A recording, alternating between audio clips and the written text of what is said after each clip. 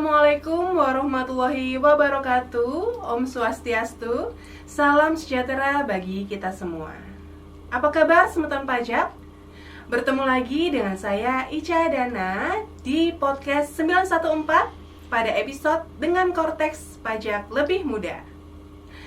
Kali ini saya ditemani oleh narasumber cantik kita, Mbak Dayu, penyuluh pajak dari KPP Pratama Mataram Timur. Apa kabar Mbak Dayu? Baik, Mbak Ica gimana kabarnya? Baik, alhamdulillah. Baik ya. Semoga semoton pajak yang ada di rumah, dimanapun berada juga selalu sehat dan bahagia selalu. Nah, ini kita nggak kerasa Mbak Ica, sekarang itu sudah berada hampir-hampir di penghujung tahun 2024 ya Mbak Ica ya. Wah, iya benar sekali Mbak Dayu, sudah mau ganti tahun aja ya. Iya betul, sudah mau ganti tahun aja nih Mbak Ica. Oke, dan semeton pajak nih, sudah tahu belum kalau di awal tahun 2025 DJP akan meluncurkan satu sistem baru yang rumor-rumornya nih, sistem ini akan menggantikan seluruh aplikasi DJP yang saat ini sudah digunakan oleh semeton pajak semua.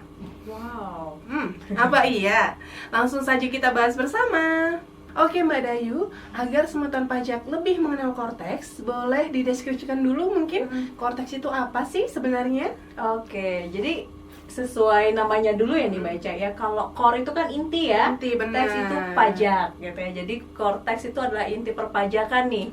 Maksudnya gimana? Maksudnya adalah seluruh proses bisnis perpajakan di Indonesia itu berada dalam satu sistem, yaitu sistem Korteks gitu ya. Jadi yang kalau sekarang ini kita bercermin yang terjadi hari ini itu pasti semeton pajak ini ya, dalam satu laptop itu untuk mengurus perpajakan ada yang namanya aplikasi e-faktur desktop, ada yang namanya DJP online gitu ya, ada lagi nanti pelaporan e-fakturnya beda lagi websitenya gitu ya.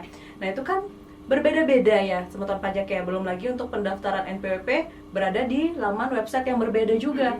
Nah nanti dengan adanya Korteks ini, seluruh proses bisnis perpajakan dari pendaftaran hingga penghapusan NPWP, pemenuhan hak dan kewajiban perpajakan itu berada dalam satu website yang sama pada Korteks ini. Gitu Mbak Ica. Jadi nantinya tuh cukup pakai Korteks ini saja gitu ya Mbak Dayu? Iya ya? betul Mbak Ica. Wah, keren.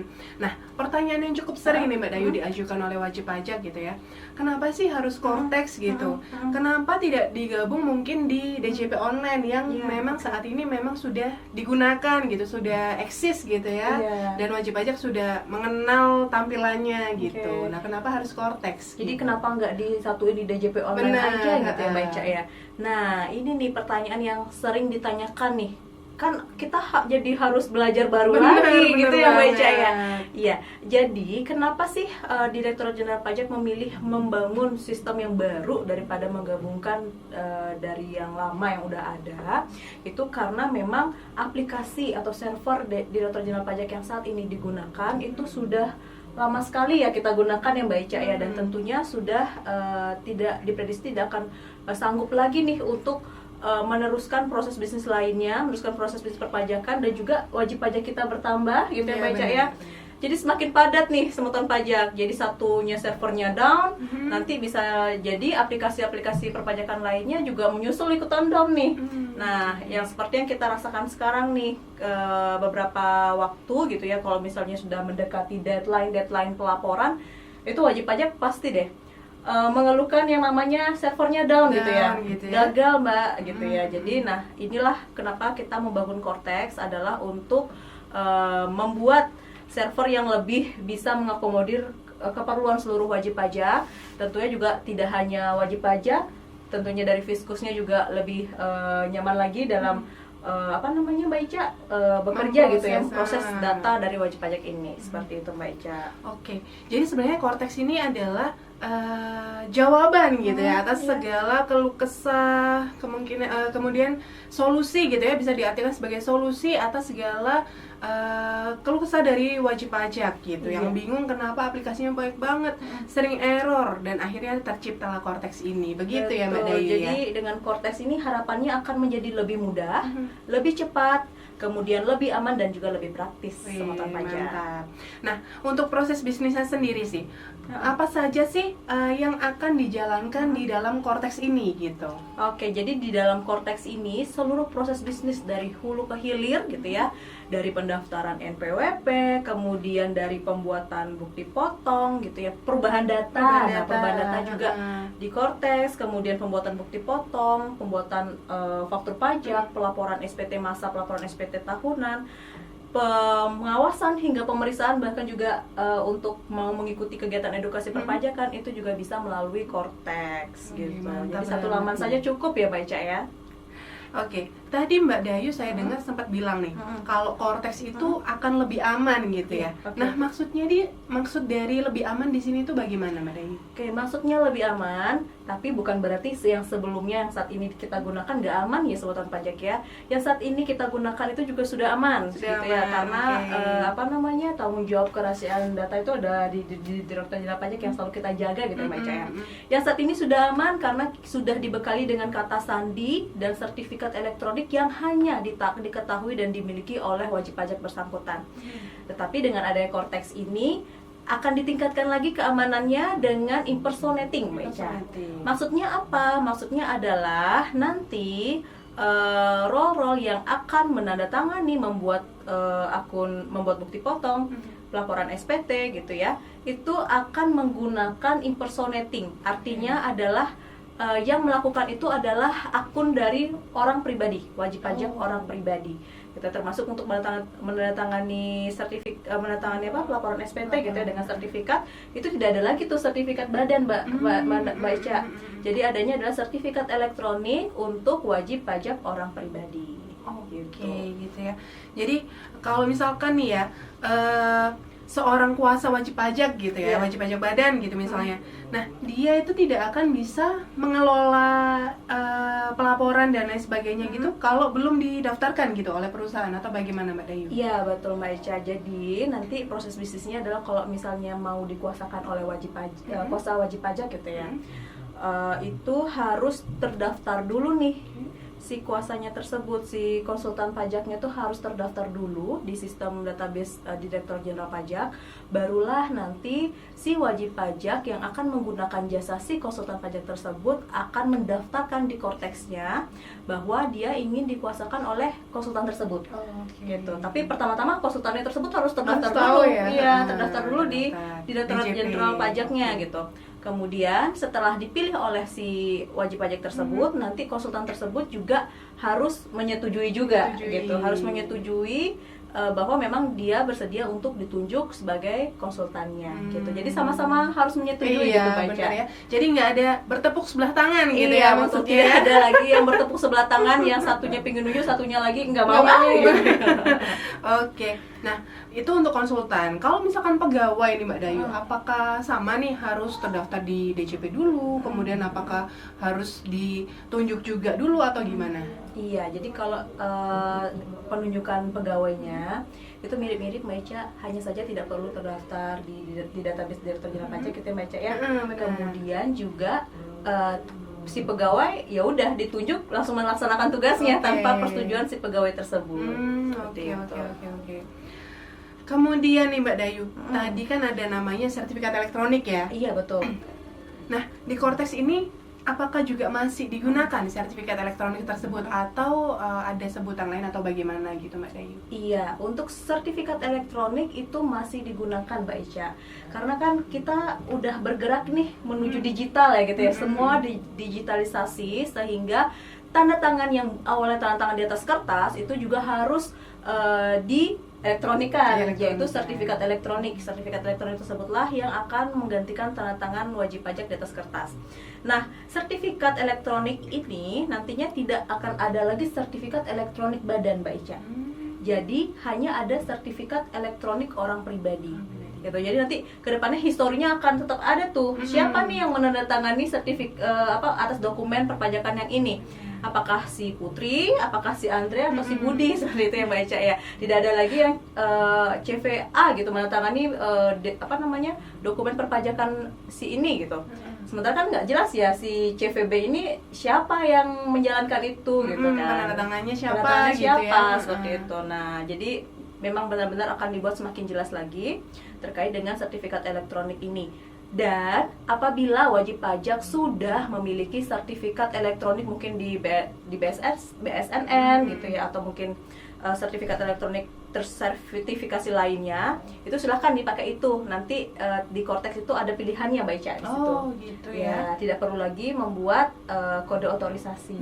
Nanti tapi kalau misalnya wajib pajak belum memiliki sertifikat elektronik yang tersertifikasi, wajib pajak di dalam Cortex bisa membuat kode otorisasi yang dikeluarkan oleh DJP. Bedanya apa? Bedanya kode otorisasi DJP ini adalah sertifikat yang tidak tersertifikasi, gitu. Yang tersertifikasi yang dari lembaga-lembaga tersertifikasi tersebut, seperti Peruri gitu seperti ya. Peruri, seperti BSSN gitu ya. Tapi kalau untuk kode otorisasi DJP itu adalah kode yang hanya dikeluarkan oleh Direktorat Jenderal Pajak untuk keperluan perpajakan dan bukan yang tersertifikasi, tapi berfungsi untuk menandatangani memang Mbak Ica, seperti itu.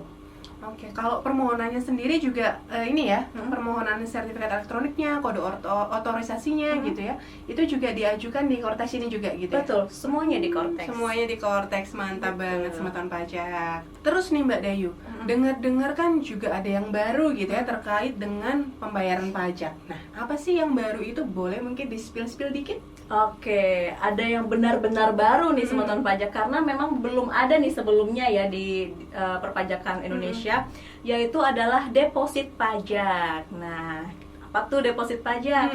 Kalau sesuai dengan KBBI, deposit itu kan adalah sejumlah uang gitu ya, yang disimpan untuk memberikan kemudahan dalam transaksi gitu. Begitupun deposit pajak. Deposit pajak itu konsepnya adalah pajak yang dibayarkan lebih dulu, yang tidak terutang dengan pajak manapun gitu. Jadi nanti semisal wajib pajak memerlukan gitu ya,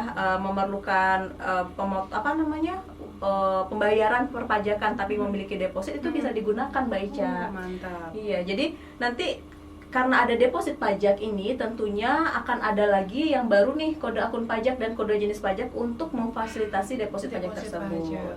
Gitu Mbak Ica. Jadi semisal kita deposit pajaknya ada 200.000 gitu ya, saldo deposit pajak kita, kemudian kita ada keperluan untuk membayar SPT kurang bayar sebesar 150.000, itu bisa gitu. Nanti yang sisa yang 50.000 masih bisa digunakan lagi untuk jenis pajak lainnya. Jenis pajak yang lainnya gitu ya. Jadi sisa 50.000-nya lagi tuh enggak Hangus, hangus gitu ya, betul. tapi masih bisa digunakan untuk jenis pajak yang berbeda, gitu. Tapi jangan lupa berbedanya adalah kalau misalnya di bank deposit itu adalah berbunga gitu ya. Kalau deposit pajak itu kita tidak memberikan bunga. Iya, oke. Kemudian nih, karakteristik dari deposit pajak sendiri itu seperti apa Mbak Dayu? Wah, oke. Karakteristiknya nih lumayan banyak nih Mbak Ica. Pertama adalah penggunaan deposit pajak itu memungkinkan wajib pajak untuk terhindar dari terkenanya denda keterlambatan pembayaran. Gitu. Dengan catatan, billing dari deposit pajak tersebut dibayarkan sebelum dari tanggal jatuh tempo pembayaran objek pajak. Gitu ya. Misal nih, Mbak Ica udah membuat nih atau menaruh saldo deposit pajak itu di bulan Januari 2025 gitu.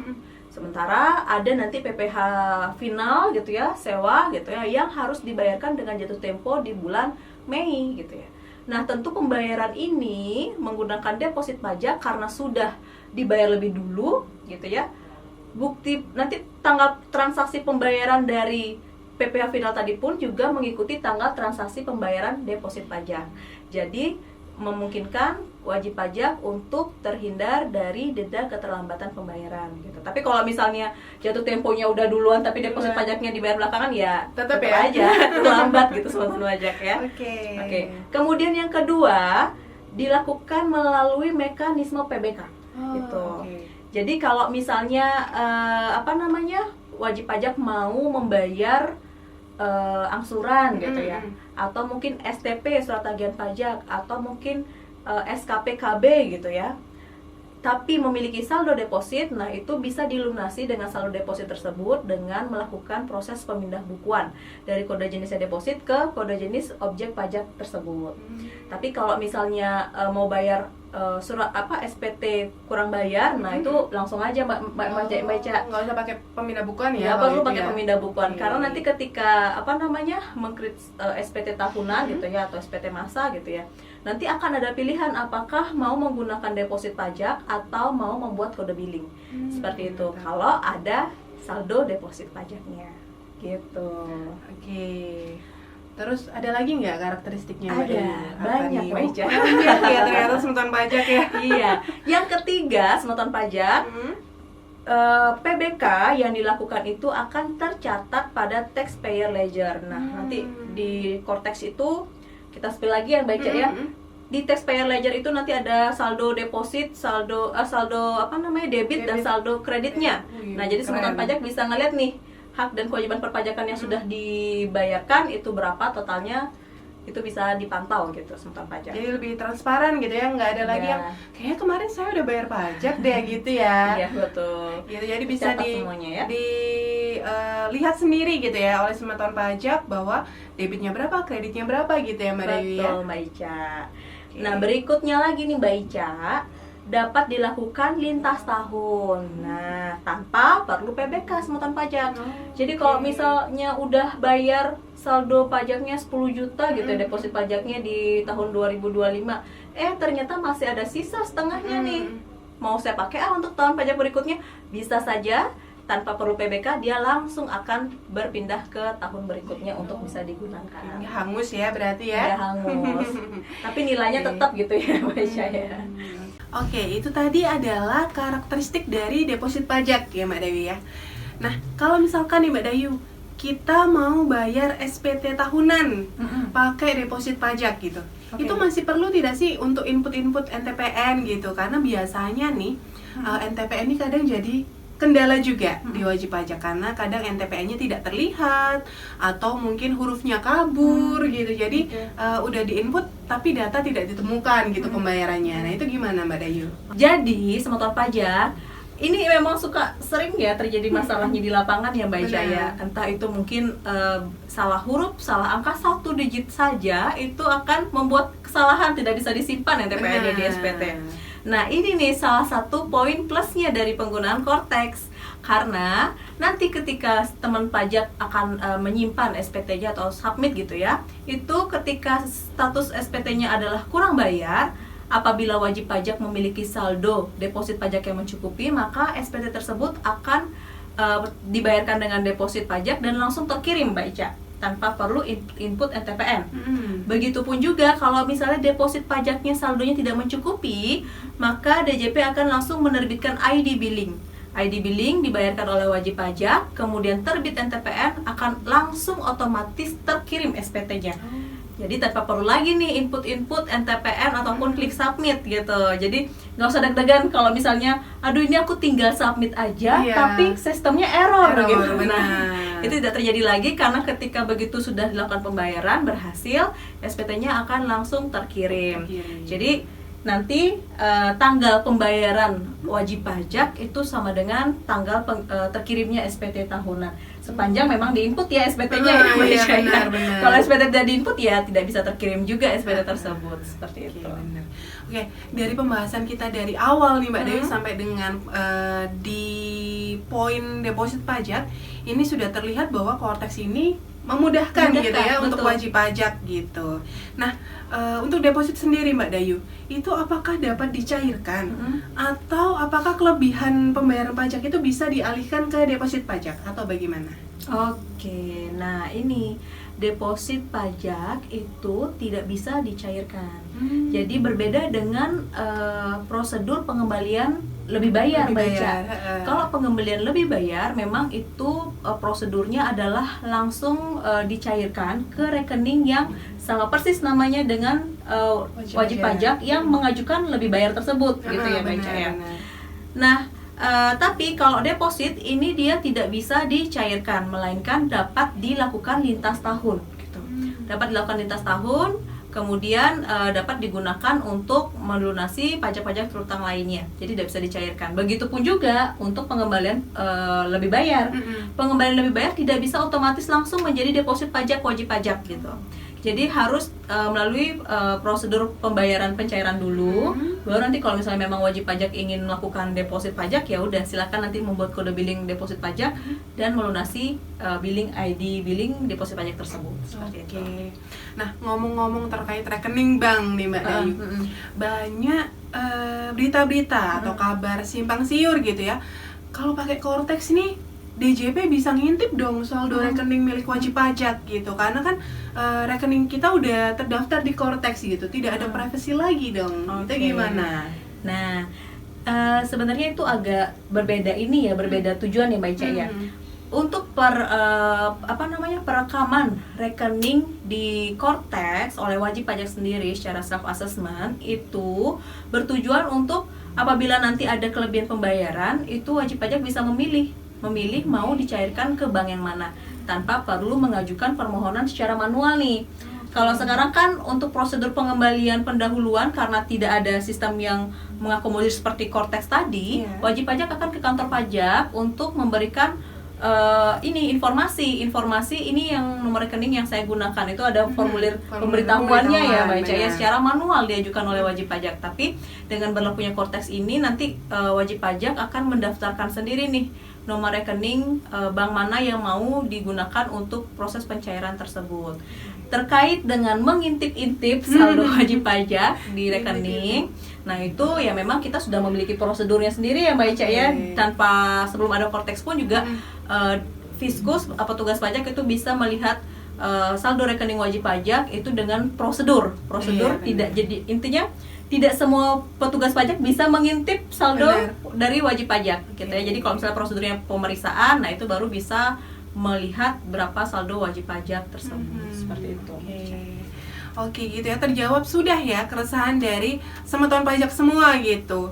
Nah kira-kira nih Mbak Dayu, ada lagi nggak sih fitur baru di dalam Kortex yang mungkin sebelumnya itu belum pernah ada gitu, selain dari deposit pajak tadi gitu? Iya, banyak sekali sebenarnya Mbak Ica, karena memang ini benar-benar dari hulu ke hilir seluruh proses bisnis Direktorat Jenderal Pajak, dari pendaftaran sampai penghapusan gitu, pemenuhan kewajiban perpajakan, pemenuhan hak kewajiban perpajakan wajib pajak, itu semuanya ada pada Kortex. Jadi bahkan wajib pajak mau mendaftar kelas edukasi pun, kelas pajak pun itu melalui Kortex. Nanti di tahap pengawasan gitu ya, wajib pajak diterbitkan SP2DK gitu misalnya, itu juga bisa wajib pajak download dari Kortexnya. Gitu. Jadi bisa dijawab di situ juga ya. Iya, betul, bisa dijawab di situ juga.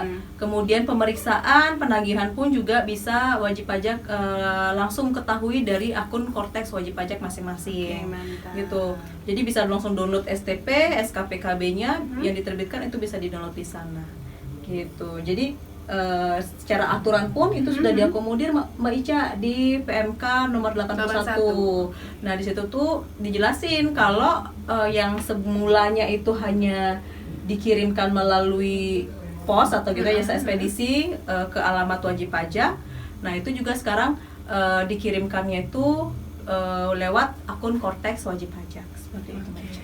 Lebih simple ya jadinya ya Mbak Dayu ya, tidak perlu menginstal berbagai aplikasi perpajakan. Iya, apalagi tidak perlu mengirim surat permintaan arsip STP atau SPT karena bisa langsung di-download di akun Kortex Semutan Pajak, seperti itu. Oke, tidak terasa nih Mbak Dayu, kita sudah memasuki akhir pembahasan kita pada tema hari ini, yaitu dengan Kortex pajak jadi lebih mudah. Cukup panjang ya ternyata ya Mbak Dayu ya, namun tentunya akan sangat bermanfaat bagi teman-teman pajak semuanya. Oke, dari pembahasan kita hari ini dapat disimpulkan bahwa Direktorat Jenderal Pajak akan melaunchingkan sistem inti perpajakan terbaru gitu pada tahun 2025, tepatnya di awal tahun 2025, yang bernama Kortex gitu. Dan di Kortex ini ada yang namanya deposit pajak, kemudian ada yang namanya perekaman nomor rekening, dan juga proses bisnisnya semuanya akan dilakukan di Kortex ini begitu. Oke. Untuk semutan pajak semua, jangan lupa like, komen, dan subscribe YouTube channel kita agar tidak ketinggalan informasi menarik seputar perpajakan, dan juga follow akun media sosial kami di Instagram, Facebook, dan juga Twitter di @pajakmataramtimor. Saya Ica, pamit undur diri. Terima kasih Semutan Pajak. Semoga Semutan Pajak selalu diberikan kesehatan, kebahagiaan, dan kelancaran dalam usaha upayanya. Saya Dayu, izin pamit undur diri. Wassalamualaikum warahmatullahi wabarakatuh. Sampai jumpa di episode selanjutnya. Wassalamualaikum jadi kamu. Iya. Gak apa-apa udah.